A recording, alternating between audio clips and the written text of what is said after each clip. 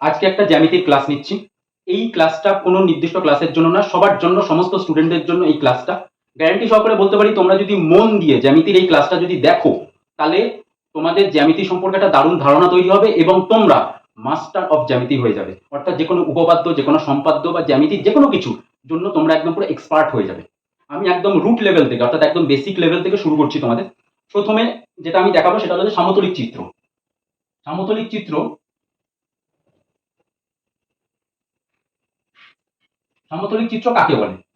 সামতলিক চিত্র মানে হলো একটা সমতলের ওপর যত রকমের চিত্র আঁকা যায় সবই হলো সামতলিক চিত্র। এই যে একটা সমতল, এই সমতলের উপরে আমি যা যা আঁকতে পারি সেগুলো সবই হলো সামতলিক চিত্র।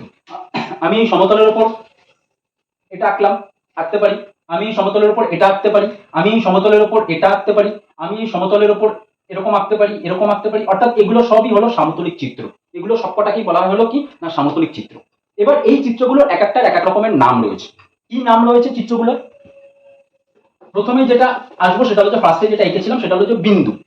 বিন্দু কাকে বলে বা বিন্দু কি? যদি কোনো সময়ের জন্য যদি তোমাদের যদি বিন্দুর যদি সংজ্ঞা আসে, তাহলে তোমরা কি করবে? বিন্দু, বিন্দু হলো যার কোনো দৈর্ঘ্য নেই, প্রস্থ নেই, শুধুমাত্র অবস্থান রয়েছে, এই হলো বিন্দু। দৈর্ঘ্য নেই, প্রস্থও নেই, উচ্চতাও নেই, শুধুমাত্র অবস্থান রয়েছে, সেটা হলো বিন্দু। এবারে আসি সরল রেখা। সরল রেখা কাকে বলে? সরল রেখা হলো, মাথায় রাখবে, সরল রেখার কোনো শুরুও নেই, কোনো শেষও নেই। দিস ইজ সরল রেখা। এই সরল রেখার দুপাশেই কিন্তু অ্যারো হবে, এদিকেও চলছে, এদিকেও চলছে। যতদূর পর্যন্ত আমরা বাড়াতে পারি ততদূর পর্যন্ত কিন্তু এটা চলছে। এর কোনো শুরুও নেই, কোনো শেষও নেই সরলরেখা। এই সরলরেখাকে যদি আমরা একটা নাম দিই, মানে এই সরলরেখা সম্পর্কে যদি আমরা কিছু বলতে চাই, তাহলে আমরা কিভাবে বলবো? কি নামে একে ডাকবো? সবকিছুতে একটা নাম দরকার। এই যদি আমরা একটা নাম দিই, তাহলে এই প্রান্তে দিলাম এ আর এই প্রান্তে দিলাম হয়তো বি। তখন আমরা যখন এই সরলরেখার নামটা যখন আমরা লিখবো, তখন আমরা লিখবো এ বি, এ বি লিখে মাথায় এরকম সরলরেখার মতো এবং একটা ছোট্ট একটা চিহ্ন বসাবো। তবেই আমরা বুঝতে পারবো যে এ বি একটা সরলরেখা, মাথায় এই চিহ্নটা দেখে। এই সরলরেখা থেকে যদি আমরা একটা অংশ, ছোট্ট একটা অংশ যদি আমরা কেটে নিয়ে আসি, এই একটা অংশ আমরা কেটে নিয়ে আসলাম, কেটে নিয়ে এই রাখলাম, এই যে অংশটুকু কেটে নিয়ে আসলাম, এটাকে বলা হয় রেখাংশ। এটাকে কি বলা হয়? রেখাংশ বলা হয়। তোমরা মন দিয়ে পুরো ক্লাসটা দেখো, আজকে ক্লাসটা শেষ অবধি দেখো, আমি গ্যারান্টি দিচ্ছি যে জ্যামিতিতে একটা দারুণ ধারণা তোমাদের তৈরি হবে। ঠিক আছে? সরলরেখার পরে এবার আসছে হলো রশ্মি। রশ্মি কাকে বলে? সরলরেখার যেমন কোনো শুরু নেই, কোনো শেষ নেই, দুদিকেই চলছে, ওই জন্য দুদিকে অ্যারো দিতে হয়। কিন্তু রশ্মির স্টার্টিং পয়েন্ট আছে, শুরু আছে, কিন্তু কোনো শেষ নেই। অর্থাৎ রশ্মি হবে এইরকম, একদিকে অ্যারো হবে রশ্মির ক্ষেত্রে, আর একদিকে কোনো অ্যারো হবে না। বোঝা গেল? এরকম অনেক রশ্মি হতে পারে, অজস্র রশ্মি হতে পারে। তা স্বাভাবিকভাবে এরকম যতগুলো রশ্মি হতে পারে, আমরা যদি কোনো একটা নির্দিষ্ট রশ্মিকে নিয়ে যদি আমরা কথা বলতে চাই, তাহলে সেই রশ্মির একটা নাম দরকার। ঠিক সরলরেখার মতোই আমি হয়তো নাম দিলাম এখানে রশ্মিটা এ বি। তখন স্বাভাবিকভাবে এ বি যে একটা রশ্মি, এটা বোঝানোর জন্য আমাকে নাম লিখতে হবে এ বি, তার মাথায় এরকম রশ্মির মতো ঠিক চিহ্ন দিতে হবে। এখানে যেমন সরলরেখার চিহ্ন দিলাম, ঠিক এখানেও আমাকে রশ্মির মতো একটা চিহ্ন দিতে হবে। তখন আমরা বুঝতে পারবো যে এটা একটা হলো রশ্মি। বোঝা গেল? এইবার আসছি, সরলরেখা হলো, রেখাংশ হলো, রশ্মি হলো। এবার আসি বক্ররেখা। বক্ররেখা কাকে বলে? যে রেখা বক্রাকারে গেছে, অর্থাৎ এইরকম, এটা হলো বক্ররেখা। যে রেখা সরল রেখায় নেই, সোজা পথে যাচ্ছে না, সেই রেখাতেই বলা হচ্ছে হলো বক্ররেখা। বোঝা গেল? বক্ররেখা দিয়ে আমরা অনেক সামতলিক চিত্র আঁকতে পারি, সরল রেখা দিয়েও আমরা অনেক সামতলিক চিত্র আঁকতে পারি। সরল রেখা একটা রেখা হলো, যখন আবার দুটো সরল রেখাকে নিয়ে আমরা একসাথে আঁকবো, তখন হয়ে যাবে নেক্সট সামতলিক চিত্র যেটা, সেটা হয়ে যাবে কোণ। কেমন দেখতে হয় কোণ? কোণ আমাদের এরকম বিভিন্ন রকমের দেখতে হয়, এই এই এই, এগুলো সবই হলো কোণ। হয়েছে? এই কোণেরও আমাদের নাম দরকার হয়ে থাকে। তাহলে এই কোণেরও যদি আমরা যদি নাম যদি দেখতে চাই, তাহলে সেক্ষেত্রে আমাদের এই কোণেরও নাম দিতে হবে। আমি এটাকে মুছছি, মুছে পরেরটা দেখাচ্ছি। কাট কর। তাহলে যেটা আমি বললাম যে কোণ বিভিন্ন রকমের হতে পারে, এরকম এটা একটা কোণ, এটা একটা কোণ, এটা একটা কোণ, বিভিন্ন রকমের হতে পারে। এবার এই কোণগুলোরও তো আমাদের নাম দিতে হবে, প্রত্যেকটা সমতলিক চিত্রের একটা করে নাম দিতে হবে। তো স্বাভাবিকভাবে আমি যদি এই কোণের যদি নাম দিই, তাহলে কিভাবে দেবো নাম, এবং সেই নাম কিভাবে লিখতে হয় তোমরা দেখো, অনেক স্টুডেন্ট এই ভুলটা করে, কোণের নাম লিখতে পারে না। আমি যদি এখান থেকে যদি নাম দিই, তাহলে এ, এখানে দেবো বি, এখানে দেবো সি। এখান থেকে যদি এটা যদি নাম দিই, এটা এ, এটা বি, এটা হলো সি, এখানেও এটা এ, এটা বি, এটা হলো সি। ভালো করে দেখো, এবার যখন আমি নামটা লিখবো তখন আমি কিভাবে লিখবো, আমার এই কোণ কিভাবে তৈরি হচ্ছে, হয় এপাশ থেকে এই দাগ এসে এই উঠছে, অথবা ওপর থেকে দাগ নেমে এই যাচ্ছে, এভাবে তো আমরা কোণটা আঁকছি। তো সুতরাং নামটা লেখার সময় ঠিক এইভাবে লিখবো। কোণের চিহ্ন হলো এইরকম, কোণের মতনই দেখতে হলো কোণের চিহ্ন এইরকম, এরকম চিহ্ন দিয়ে এর খাঁজে নামটা লিখতে হবে। আমরা এপাশ থেকে নামছি, তার মানে এ বি সি, তাহলে কোণের নাম হলো এটা এ বি সি। অথবা অথবা এপাশ থেকে আমরা যেতে পারি, এপাশ থেকেও আমরা কোণটা আঁকতে পারি এরকম ভাবে নিয়ে, এরকম ভাবে। তাহলে এপাশ থেকে যদি এভাবে যদি আমরা আঁকি তাহলে নাম হবে কি, এখানে হলো সি, সি বি এ, তাহলে কোণের সাইন দিয়ে আবার আমরা এটাকে সি বি এও বলতে পারি। তাহলে এই কোণের নাম হলো এ বি সি অথবা সি বি এ। এটার ক্ষেত্রেও সেম, এ বি সি অথবা C B A B C C B A. বোঝা গেল তোমাদের সবার যে কোণের নাম আমরা কিভাবে লিখবো। এবার আসি, কোণের বিভিন্ন প্রকারভেদ আছে, যে কোণ কত রকমের হতে পারে, কি কি কোণ হতে পারে, কেমন দেখতে হতে পারে, যে কোণের সেই প্রকারভেদ। আমি এটা মুছে দিচ্ছি, মুছে দিয়ে আমি কোণের প্রকারভেদ গুলো লিখছি। প্রথমেই যেটা আসছে সেটা হলো যে সূক্ষ্মকোণ। প্রথমেই যেটা আসছে সেটা হলো যে সূক্ষ্মকোণ। সূক্ষ্মকোণ কেমন হয়, সূক্ষ্মকোণ হবে সবসময়ের জন্য 90 ডিগ্রির কম, 90 ডিগ্রির কম। অর্থাৎ কেমন দেখতে হবে, এই রকম বা এই রকম, এগুলো হবে হলো সব সূক্ষ্মকোণ। ঠিক আছে, এরপর আসছে হলো সমকোণ। সমকোণ হবে হলো 90 ডিগ্রি, সমকোণ হবে হলো 90 ডিগ্রি, 90 ডিগ্রি সমান কেমন দেখতে হয়, এই বা এই। এখানে এটা হলো সমকোণ, এখানে এটা হলো সমকোণ, এখানে এটা হলো সূক্ষ্মকোণ। ঠিক আছে, কোণের নাম কিভাবে লিখতে হয় প্রথমে তো আমি দেখিয়ে দিলাম, আমরা ঠিক ওভাবেই কোণের নাম লিখবো। সমকোণের পর এবার আসছি স্থূলকোণ। স্থূলকোণ কেমন দেখতে হয়, স্থূলকোণ, স্থূলকোণ হবে 90 ডিগ্রির বেশি, স্থূলকোণ হবে হলো 90 ডিগ্রি বেশি, কেমন দেখতে হবে, এই রকম বা এই রকম। তারপরে 4 নম্বরে যেটা আসবে সেটা হলো যে প্রবৃদ্ধ কোণ, সরি সরল কোণ। সরল কোণ কেমন দেখতে হবে, সরল কোণ একটা সোজা দাগের মতো হবে। সরল কোণ, সরল কোণের মান হবে সবসময়ের জন্য 180 ডিগ্রি, মাথায় রাখবে। এক সরল কোণ মানে হলো 180 ডিগ্রি, এক সমকোণ হলো 90 ডিগ্রি। সরল কোণ কেমন হবে, সরল কোণ এই একটা সোজা দাগ, এই যদি কোণটা, এটা হলো সরল কোণ হয়েছে। আর লাস্ট অফ অল যেটা আসবে সেটা হলো যে প্রবৃদ্ধ কোণ। প্রবৃদ্ধ কোণ কোনটা হবে, প্রবৃদ্ধ কোণ হবে হলো 180 ডিগ্রির বেশি, প্রবৃদ্ধ কোণের মান হবে 180 ডিগ্রির বেশি। সেটা কেমন দেখতে হবে না, সেটা দেখতে হবে এই নিয়ে এই, এই যে কোণটা এটা হলো প্রবৃদ্ধ কোণ। আমরা কোন কোণ সেটা বোঝানোর জন্য এরকম দাগ দিই, এরকম ভাবে দাগ দিই, এভাবে দাগ দিয়ে দিয়ে বোঝাই যে কোন কোণ। এই হলো প্রবৃদ্ধ কোণ। কোণের এই হলো 5টা ভাগ রয়েছে, তোমরা ভালো করে ব্যাপারটা বোঝো, বুঝে নাও, নোট ডাউন করে নাও, দেখবে কোণ সম্পর্কে তোমাদের পুরো আইডিয়া একদম পুরো ক্লিয়ার হয়ে যাবে। ঠিক আছে, এরপর আমি দেখাবো যে কোণ কিভাবে তৈরি হয় সেটা আমি দেখাচ্ছি। এটা আমি মুছছি।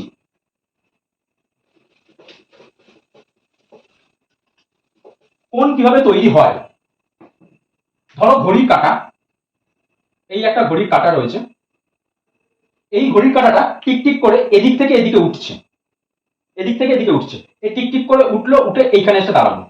এই যে কোণটা তৈরি হলো এটা হলো সূক্ষ্মকোণ, এই কোণটা হলো সূক্ষ্মকোণ। এবার এই ঘড়ির কাঁটাটা আরো উঠছে, আরো উঠতে উঠতে সোজা এসে দাঁড়ালো, আরো এই উঠে সোজা এসে দাঁড়ালো। যখন এই সোজা এসে দাঁড়ালো তখন এটা হলো সমকোণ, এখান থেকে এত পর্যন্ত যেটা হলো এটা হলো সমকোণ। তারপরে এই ঘড়ির কাঁটাটা আরো এদিকে ঘুরছে, এদিকে ঘুরে এইভাবে আসলো, এইভাবে এই যে এসে দাঁড়ালো, এটা হলো স্থূলকোণ।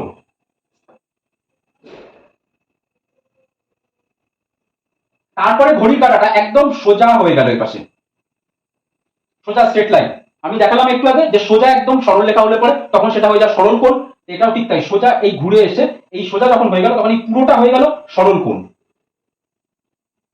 এবার এই ঘড়ির কাঁটাটাই যখন আরো ঘুরে নিচের দিকে নামবে, অর্থাৎ এই পাশে যখন নামবে এখানে, বা আরো ঘুরে যাবে, ঘুরে গিয়ে এ পাশে যখন আরো যখন নামবে তখন এইগুলো পুরো হয়ে যাবে হলো প্রবৃদ্ধ কোণ, এগুলোকে বলা হয় প্রবৃদ্ধ কোণ। তাহলে আমরা দেখলাম এটা হলো সূক্ষ্মকোণ, এটা হলো সমকোণ, তার মানে এটা হলো 90 ডিগ্রি হয়েছে। এখানে এটা হলো 180 ডিগ্রি, দেখবা তোমরা যারা জ্যামিতিতে চাঁদা ইউজ করো বা চাঁদা ব্যবহার করো, জ্যামিতি বক্সে চাঁদা আছে, চাঁদাতেও দেখবা ঠিক এভাবে দেওয়া আছে, এটা হলো 0°, এভাবে ঠিক মার্কিং করা আছে দেখবা চাঁদাতে। তাহলে 0°, এখানে আসলে পরে 90°, তাহলে এটা হলো 0 আর 90°, মাঝখানে। তার মানে এখানে যে কোণগুলো হবে সেগুলো 90° থেকে কম, 0° থেকে বেশি, তার মানে এগুলো হলো সব সূক্ষ্মকোণ হলো। তারপরে যখন এই সোজাসুজি চলে এলো তখন সেটা হলো সমকোণ। তারপরে সমকোণের থেকে যখন বেশি হয়ে গেল, 90° থেকে যখন বেশি হয়ে গেল, তখন সেটা হয়ে গেল স্থূলকোণ। 180 থেকে কম, 90 থেকে বেশি, এখানে যতগুলো থাকবে, যতগুলো দাগ থাকবে এখানে সব হবে স্থূলকোণ। হয়েছে? তারপরে যখন একদম এই সরল রেখা এসে মিশে গেল তখন সেটা হয়ে গেল 180°, অর্থাৎ সরল কোণ। তারপরে 180° থেকে যখন আবার বেশি হয়ে গেল তখন এই পুরোটা হয়ে গেল প্রবৃদ্ধ কোণ। প্রবৃদ্ধ নামটার মধ্যে হচ্ছে বৃদ্ধ, মানে বয়স হয়ে গেছে, 180-র বেশি হয়ে গেছে, তো তাকে বলা হচ্ছে প্রবৃদ্ধ কোণ। এই হলো পুরো কোণের কনসেপ্ট, কোণ এইভাবে তৈরি হয়। হয়েছে? এবার আমরা নেক্সট আসবো যেটা, সেটা হলো যে ত্রিভুজ। আমরা কোণ দেখলাম, এবার এই কোণ দিয়ে ত্রিভুজ তৈরি হয়। কি করে ত্রিভুজ তৈরি হয় কোণ দিয়ে? একটা কোণ যদি আমরা নিই, সেই কোণটাকে যদি আমরা এপাশ দিয়ে যদি জুড়ে দিই, তাহলে দেখো একটা ত্রিভুজ তৈরি হয়ে গেল, রাইট? এই ত্রিভুজের যদি আমরা নাম দিই, তাহলে এ বি সি। ত্রিভুজের নাম যদি আমরা লিখতে হয় কোনো জায়গায়, আমাদের পরীক্ষার খাতায় বা কোথাও যদি লিখতে হয়, তাহলে আমরা কিভাবে লিখবো? ত্রিভুজের চিহ্ন আবার হলো এইরকম, নাম লেখার সময় এই চিহ্নগুলো ব্যবহার করতে হয়। কোণের নাম লেখার সময় কোণের চিহ্ন ব্যবহার করতে হয়, একটু আগে বললাম। সরল রেখা, রেখাংশ, রশ্মি, ওগুলোর নাম লেখার সময় ওই চিহ্ন ব্যবহার করতে হয়। এটাও ঠিক সেরকম, ত্রিভুজ লেখার সময় ত্রিভুজের এই চিহ্ন দিতে হবে, দিয়ে আমি যে কোনো জায়গা থেকে নাম লিখতে পারি, A B C, B C A, C A B, যা খুশি লিখতে পারি আমি, অর্থাৎ এ বি সি, অথবা ত্রিভুজ বি সি এ, অথবা ত্রিভুজ সি এ বি। ত্রিভুজের নাম যেদিক থেকে খুশি আমরা লিখতে পারি। তাহলে সুতরাং এই ত্রিভুজের নাম হবে এরকম। আমরা যখন জ্যামিতিতে যখন লিখবো তখন ত্রিভুজের নাম এইভাবে লিখবো। ঠিক আছে? এবার রয়েছে ত্রিভুজের প্রকারভেদ, যে ত্রিভুজকে কত রকম ভাবে ভাগ করা যায়। তার আগে একটা কথা বলে নিই, সেটা হচ্ছে এই ত্রিভুজের কটা বাহু রয়েছে, এগুলোকে বাহু বলে। এ বি, এটা একটা বাহু, বি সি, এটা একটা বাহু, সি এ, এটা আর একটা বাহু। তাহলে কটা বাহু হলো এখানে? 1 2 3, তিনটে বাহু। তাহলে একটা ত্রিভুজের বাহু হলো 3। কটা কোণ রয়েছে এখানে? এই একটা কোণ, এই একটা কোণ, এই একটা কোণ, তিনটে কোণ রয়েছে। কোণের ধারণা আমি একটু আগেই দিলাম। তাহলে এখানে কটা কোণ হলো? তিনটে কোণ হলো। তাহলে তিনটে বাহু, তিনটে কোণ। এবার এই বাহু আর কোণের প্রকারভেদ অনুযায়ী ত্রিভুজেরও কিছু প্রকারভেদ রয়েছে, সেই প্রকারভেদ গুলোকে এবার দেখাচ্ছি আমি।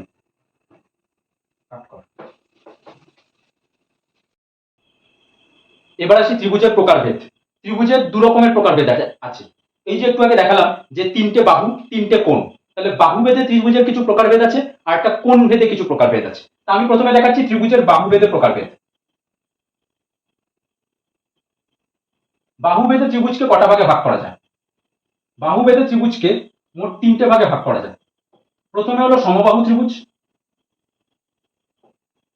তারপরে হলো সমদ্বিবাহু ত্রিভুজ, আর লাস্টে হলো যেটা, সেটা হলো যে বিষমবাহু ত্রিভুজ। সমবাহু ত্রিভুজ, সমদ্বিবাহু ত্রিভুজ, বিষমবাহু ত্রিভুজ। সমবাহু ত্রিভুজের কিছু বৈশিষ্ট্য আছে। সমবাহু ত্রিভুজের বৈশিষ্ট্য হলো প্রত্যেকটা বাহু সমান। এই ত্রিভুজের প্রত্যেকটা বাহু হলো সমান,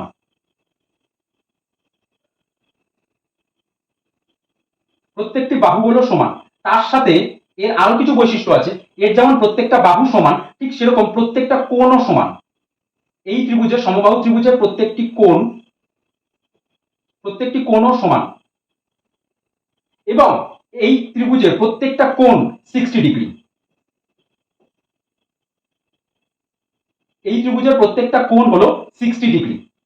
তাহলে আমার তিনটি আমি বৈশিষ্ট্য পেলাম সমবাহু ত্রিভুজের, যে সমবাহু ত্রিভুজের প্রত্যেকটা বাহু সমান, প্রত্যেকটা কোণ সমান, এবং প্রত্যেকটা কোণ হলো 60°। কেমন দেখতে হয় সমবাহু ত্রিভুজ? দেখতে হবে এরকম। তিনটে বাহু, এই 1 2 3, তিনটে বাহুই সমান। এর যদি নাম দিই আমি এ বি সি, তাহলে আমার তিনটে বাহু সমান। তার সাথে এই যে তিনটে কোণ আছে, এই তিনটে কোণও সমান, তিনটে বাহু এবং তিনটে কোণ সমান। এবার আসি সমদ্বিবাহু ত্রিভুজ। সমদ্বিবাহু ত্রিভুজের ক্ষেত্রে যে কোনো দুটো বাহু হলো সমান, নামেই রয়েছে সমদ্বিবাহু, দ্বি মানে হলো দুই, সমান দুই বাহু, অর্থাৎ এই ত্রিভুজের যে কোনো দুটো বাহু হলো সমান,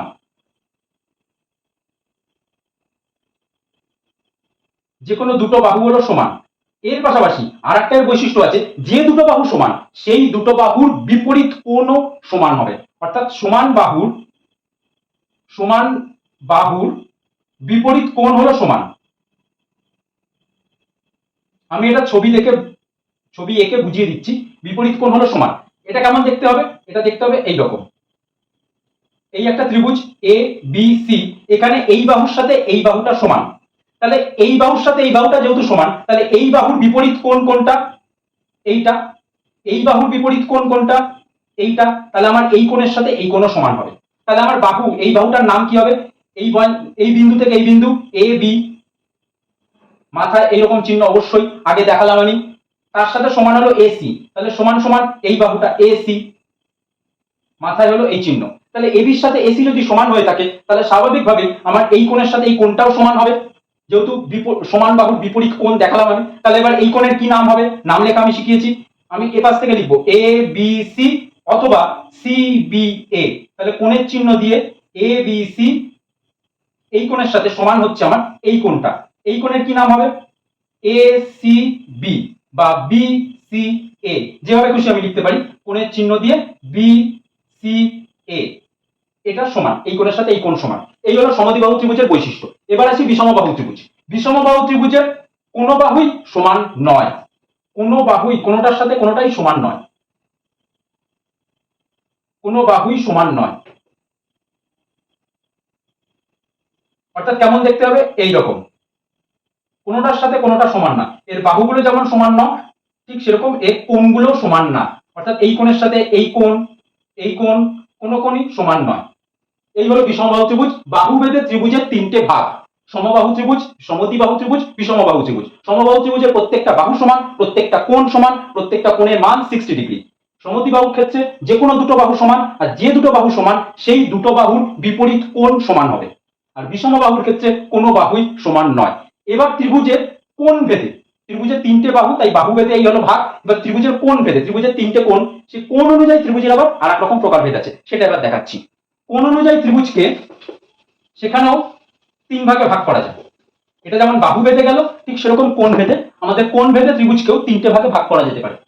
এখানে আমি বাহুর জায়গায় কোণ করে দিচ্ছি। কোণ ভেদেও ত্রিভুজকে তিনটে ভাগে ভাগ করা যায়।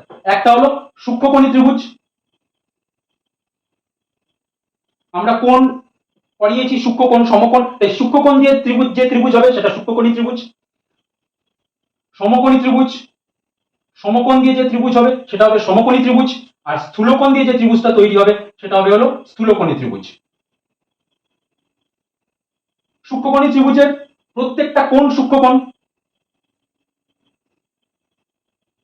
প্রত্যেকটি কোণই হলো সূক্ষ্মকোণ। সূক্ষ্মকোণ মানে আমরা আগেরটা বললাম, একটু আগেই বললাম যে সূক্ষ্মকোণ মানে হলো 90 ডিগ্রি থেকে কম, লেস দ্যান 90 ডিগ্রি। প্রত্যেকটা কোণ হবে সূক্ষ্মকোণ। কেমন দেখতে হবে এই ত্রিভুজ? এইরকম, যেখানে প্রত্যেকটা কোণই হলো সূক্ষ্মকোণ। এটা একটা কোণ সূক্ষ্মকোণ, এটা একটা কোণ সূক্ষ্মকোণ, এটা একটা কোণ সূক্ষ্মকোণ। এক্ষেত্রে একটা জিনিস মাথায় রাখতে হবে যে প্রত্যেকটা ত্রিভুজের ক্ষেত্রে ত্রিভুজের তিনটে কোণের যোগফল হয় সবসময়ের জন্য 180 ডিগ্রি। ওটা আমি পরে বলে দিচ্ছি। আচ্ছা, এবার আসি সমকোণ, সমকোণী ত্রিভুজ। সমকোণী ত্রিভুজের ক্ষেত্রে একটি কোণ সমকোণ, একটি কোণ 90 ডিগ্রি বা সমকোণ হয়েছে। তাহলে এই ত্রিভুজটা কেমন দেখতে হবে? সমকোণ এঁকে তারপরে এই যে ত্রিভুজ, বা এইভাবে সমকোণ এঁকে এই হলো ত্রিভুজ। এখানে এই ত্রিভুজের নাম দেবো এ বি সি। এপাশেও যদি নাম দিই আমি এ বি সি। এই ত্রিভুজের মধ্যে এটা হলো সমকোণ, এখানে এটা হলো সমকোণ, রাইট? এটা সমকোণ, এটা সমকোণ। এবার এই প্রসঙ্গে সমকোণী ত্রিভুজ সম্পর্কে একটু বলে দিই। সেটা হলো এই সমকোণী ত্রিভুজের এই সমকোণ, যেটাই সমকোণ হোক, এটা হোক বা এটাও, এই সমকোণের যে বিপরীত যে বাহু, সমকোণের বিপরীত বাহু হলো এই বাহুটা। এখানে সমকোণ এটা, এর বিপরীত বাহু হলো এই বাহুটা। এই যে বিপরীত বাহু, এই বিপরীত বাহুকে বলা হয় হলো অতিভুজ। কি বলা হয় বিপরীত বাহুকে? অতিভুজ। সমকোণের বিপরীত বাহু হলো অতিভুজ। এটা হলো অতিভুজ, এটা হলো অতিভুজ। হয়েছে? আর এই অতিভুজকে বাদ দিয়ে বাকি যে দুটো বাহু রয়েছে সেই বাহুর মধ্যে এটা হলো ভূমি, এটাকে বলা হয় হলো ভূমি, আর এটাকে বলা হয় হলো লম্ব। এপাশে এটাও হলো লম্ব, এটাও লম্ব, এটাও লম্ব। বোঝা গেল? তাহলে সমকোণী ত্রিভুজের যে তিনটে বাহু রয়েছে, এই তিনটে বাহুর হলো এই নাম। সমকোণের বিপরীত বাহু অতিভুজ, সমকোণের বিপরীত বাহু অতিভুজ, আর অতিভুজকে বাদ দিয়ে বাকি যে দুটো বাহু রয়েছে লম্ব আর ভূমি। স্থূলকোণী ত্রিভুজ, স্থূলকোণী ত্রিভুজের মধ্যে একটি কোণ হবে স্থূলকোণ, একটি কোণ হবে হলো স্থূলকোণ, আর বাকি কোণগুলো অবশ্যই সূক্ষ্মকোণ হতে হবে।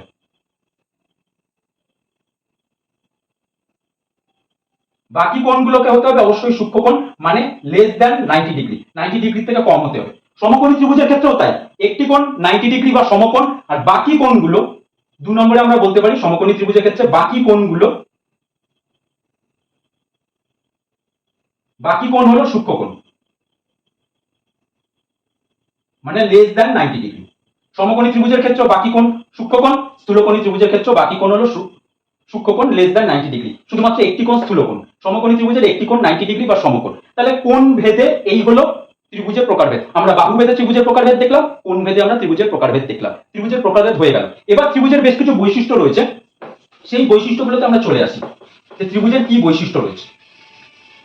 ত্রিভুজের দুখানা বৈশিষ্ট্য রয়েছে, একটা হলো ত্রিভুজের উচ্চতা, আর একটা হলো ত্রিভুজের মধ্যমা। মধ্যমা কাকে বলে?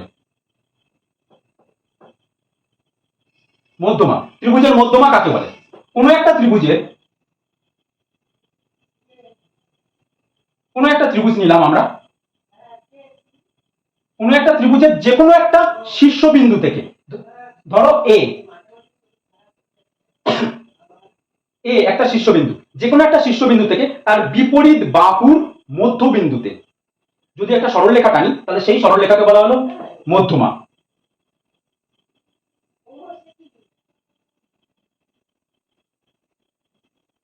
শীর্ষবিন্দু থেকে বিপরীত বাহুর মধ্যবিন্দু, মধ্যবিন্দু পর্যন্ত সরলরেখা। ঠিক আছে? তাহলে আমি যদি এ বিন্দু থেকে যদি আমি টানি, তাহলে এর বিপরীত বাহু কোনটা? বিসি। বিসি বাহু যখন মধ্যবিন্দু, এই যে আন্দাজে একটা ধরে নিলাম এটা মধ্যবিন্দু, মানে মাঝখানের বিন্দু। তাহলে এখান থেকে এই যদি আমি টানি, এটার নাম যদি দিই, এই বিন্দুটার যদি নাম দিই এডি, তাহলে এখানে এডি হলো মধ্যমা। বোঝা গেল? এখানে এডি হলো মধ্যমা। হয়েছে? একইভাবে আমরা যদি বি বিন্দু থেকে যদি আমরা টানি, তাহলে বি বিন্দু থেকে এর বিপরীত যে সরলরেখা আছে সেই সরলরেখার মধ্যবিন্দু, মানে মাঝখানের বিন্দু, এই বিন্দুটার নাম যদি দিই আমরা ই, এসি বাহুর মধ্যবিন্দু বা মাঝখানের বিন্দু, তাহলে বি থেকে ই পর্যন্ত যে সরলরেখাটা টানবো এটাও কিন্তু মধ্যমা, বিই মধ্যমা। এটা হলো বিই হলো মধ্যমা। আবার যদি একইভাবে যদি আমরা সি শীর্ষবিন্দু থেকে যদি আমরা টানি, তাহলে সি শীর্ষবিন্দুর বিপরীত বাহু হলো এবি। এই এবি বাহুর যে মধ্যবিন্দু অর্থাৎ মাঝখানের যে বিন্দুটা, এটার নাম যদি আমরা দিই এফ, তাহলে সি থেকে এফ পর্যন্ত যদি আমরা টানি, তাহলে সি এফ এটাও হলো মধ্যমা। সিএফ এটা হলো মধ্যমা। তাহলে আমরা কি দেখলাম? কটা মধ্যমা হলো একটা ত্রিভুজের? একটা ত্রিভুজের সব সময়ের জন্য তিনটে মধ্যমা হয়। কটা মধ্যমা হয়? তিনটে মধ্যমা হয়। হয়েছে? এবং একটা জিনিস মাথায় রাখবে তোমরা সবাই, তিনটে মধ্যমাই কিন্তু একটা বিন্দুতে মিলিত হচ্ছে। দেখতেই পাচ্ছ তোমরা, সব সময়ের জন্য তাই হবে। যে কোনো ত্রিভুজের তিনটে মধ্যমা একটা বিন্দুতে মিলিত হবে। তাহলে মধ্যমার কনসেপশন তোমাদের ক্লিয়ার হলো যে মধ্যমাটা কি জিনিস। যে কোনো একটা শীর্ষবিন্দু থেকে তার বিপরীত বাহুর মধ্যবিন্দু, মানে মাঝখানের বিন্দুতে যে সরলরেখাটা, সেটাকে বলা হলো মধ্যমা। এটা স্টুডেন্টরা অনেকেই ভুল করে, উঁচু ক্লাসের স্টুডেন্টরা অনেকে ভুল করে, তারা জানে না মধ্যমা অ্যাকচুয়ালি কি জিনিস, তারা গন্ডগোল পাকায়, এটা ভুল করে। এবার আসি উচ্চতা। উচ্চতাটা কি জিনিস? উচ্চতা কিন্তু অন্য জিনিস। উচ্চতা হলো কোন একটা ত্রিভুজ আমি আঁকলাম, এই ত্রিভুজের কোনো একটা শীর্ষবিন্দু থেকে, ধরো এ শীর্ষবিন্দু থেকে বিপরীত বাহুর ওপর 90 ডিগ্রি আঁকতে হবে, তবেই হবে সেটা উচ্চতা। এটা যেমন বিপরীত বাহুর মাঝখানের বিন্দুতে সরলরেখা, তাই মধ্যমা। আর এখানে কিন্তু বিপরীত বাহুর ওপর 90 ডিগ্রি, অর্থাৎ এ থেকে যদি আমরা টানি, তাহলে এই 90 ডিগ্রি আঁকতে হবে। এই বিন্দুটার নাম দিলাম আমাদের ডি, তখন এ ডি হয়ে যাবে হলো উচ্চতা। এডি হলো উচ্চতা এখানে। বোঝা গেল? একইভাবে যদি আমরা বি বিন্দু থেকে যদি টানি, তাহলে বি বিন্দু থেকে টানলে পরে এই এসি বাহুর ওপর 90 ডিগ্রি আঁকতে হবে। বিই এটা হলো উচ্চতা।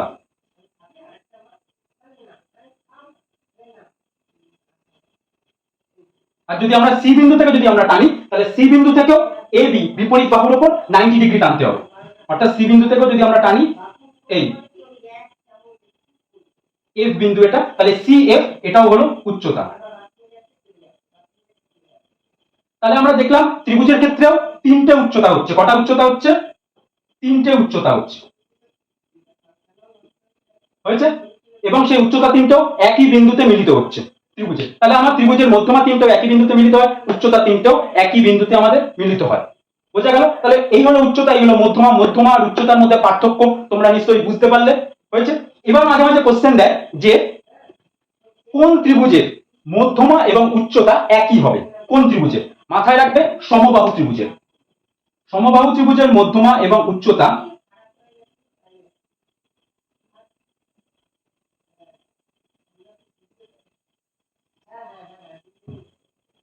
সমবাহু ত্রিভুজের মধ্যমা এবং উচ্চতা একই হয়। অর্থাৎ যেটা মধ্যমা হবে সেটাই উচ্চতা হবে সমবাহু ত্রিভুজের ক্ষেত্রে। এটা অনেক সময় কোশ্চেনে দেয় এবং তোমাদের বাংলা মিডিয়ামের বইতে এই কোশ্চেনটা আছেও, যে কোন ত্রিভুজের মধ্যমা এবং উচ্চতা একই বাহু, অর্থাৎ এই মধ্যমা এবং এই উচ্চতা একই, সেটা হলো সমবাহু ত্রিভুজের ক্ষেত্রে। তাহলে এই হলো ত্রিভুজের বৈশিষ্ট্য এবং ত্রিভুজের ধর্ম। তোমরা আজকের ক্লাসটা মন দিয়ে দেখো, বোঝো। যে যে জায়গাটা বুঝতে পারবে না কমেন্টে সেই জায়গাটা, সেই সেকশনটা লেখো, লিখে জানাও, মেনশন করে জানাও। আমি ডাউট ক্লিয়ারিং আরেকটা ক্লাস আমি পরে নেক্সট ভিডিওতে সেটা আপলোড করব, দিয়ে দেবো। এবং এইভাবে তোমরা বুঝে নিয়ে খাতায় নোট ডাউন করে বাড়িতে প্র্যাকটিস করো, স্টাডি করো। তাহলে দেখবে তোমাদের এই জ্যামিতির উপরে যত ডাউট রয়েছে, যতটুকু বোঝালাম তার মধ্যে থেকে যতটুকু ডাউট রয়েছে সেই ডাউটটা ক্লিয়ার হয়ে যাবে। তোমরা সুন্দরভাবে দেখে বোঝার চেষ্টা করো। চলো আজকের ক্লাস এই পর্যন্তই, আবার নেক্সট ক্লাস আসছে অন্য একটা সাবজেক্ট নিয়ে। বাই।